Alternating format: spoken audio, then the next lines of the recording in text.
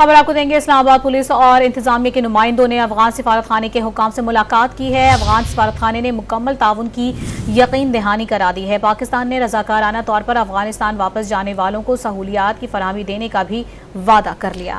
मजीद जानते हैं don news के नुमाइंदे शकील करार से। शकील करार, बताइए इस मुलाकात से मुतालिक क्या मालूमात देंगे? जी बिल्कुल, इस मुलाकात में इस्लामाबाद पुलिस इंतजामिया के आला अफसरान और अफगान कमिश्नरेट के अफसरान ने शिरकत की है जो अफगान सफारतखाने में हुई है। और इसमें जो गैर कानूनी तौर पर पाकिस्तान में मुकीम अफगान बाशिंदे हैं उनकी वतन वापसी, अफगानिस्तान वापसी के हवाले से TORs पर जो है वो बातचीत हुई है। और इसमें ज़राए के मुताबिक अफगान सफारतखाने ने जो है वक्त को मुकम्मल तावन की यकीनदहानी कराई है और उनकी जो वापसी है गैर कानूनी अफगानियों की उनकी पर इत्तफाक किया है। जबकि पाकिस्तान की तरफ से उनको बताया गया है कि पाकिस्तान खुद से वतन वापस जाने वाले अफगान बाशिंदों को तमाम तर सहूलियात फराहम करेगा और जो भी डाटा होगा वो अफगान सरकार के साथ शेयर किया जाएगा।